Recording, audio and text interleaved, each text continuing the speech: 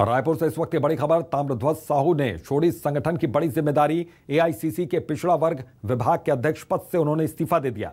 तो गृहमंत्री और एआईसीसी के पद के चलते समय नहीं मिलना उन्होंने इसकी बड़ी वजह बताया। तो एआईसीसी के पिछड़ा वर्ग विभाग के अध्यक्ष पद से इस्तीफा दे दिया ताम्रध्वज साहू ने। तो गृहमंत्री और एआईसीसी के पद के चलते समय नहीं मिल रहा था। और सत्या राजपूत इसी खबर पर हमारे सहयोगी जुड़ गए हैं, सीधा उनका रुख करते हैं। सत्या, क्या कहा गया, सबसे बड़ी वजह क्या रही इसके पीछे?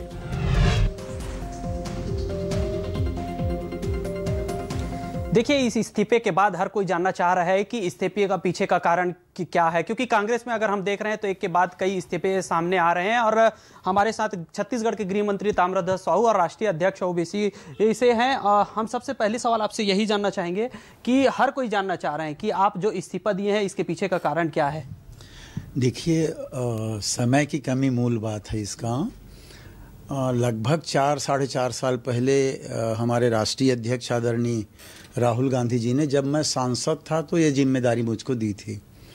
और सांसद रहते पूरे भारतवर्ष के पूरे प्रदेशों में जाना, संगठन तैयार करना, ये सब काम हम लोग कर रहे थे। अचानक मुझे विधानसभा लड़ना पड़ा, यहाँ सरकार बनी, मंत्री बना, तो यहाँ व्यस्तता बढ़ी। उसके बाद हम लोग इस्तीफा देना चाहे तो लोकसभा चुनाव सामने था।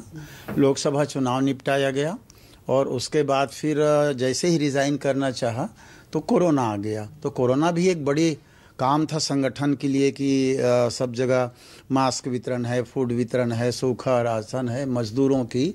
तो संगठन, कांग्रेस संगठन आदरणीय सोनिया गांधी जी के निर्देश पर बहुत ज़्यादा काम किया है कांग्रेस संगठन। तो उस समय हम लोग उसमें लगे हुए थे।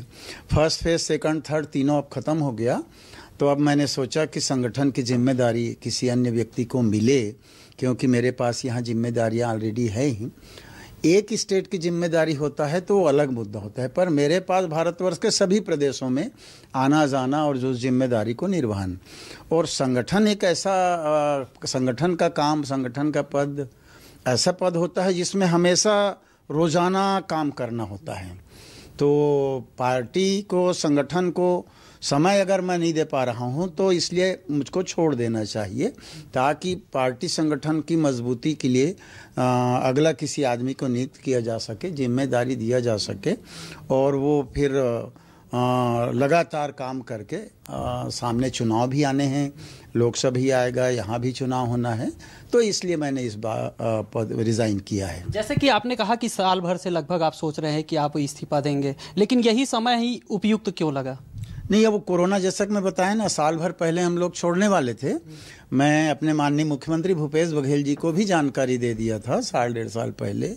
और तो कोरोना काल था, तो कोरोना जैसे ही अब तीसरा फेज भी जैसा अब चर्चा था, फर्स्ट फेज लॉकडाउन, सेकंड और ज़्यादा डेंजरस, थर्ड और ज़्यादा डेंजरस होगा लोग कहते थे, लेकिन अब ये फाइनल है कि थर्ड डेंजरस नहीं हुआ, समापन की ओर।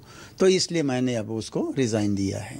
रिज़ाइन देने के बाद क्या आपको पदाधिकारियों से बातचीत हुई है, जो राष्ट्रीय स्तर के पदाधिकारी हैं उनसे? क्या आपके जो इस्तीफा स्वीकार कर लिया गया है?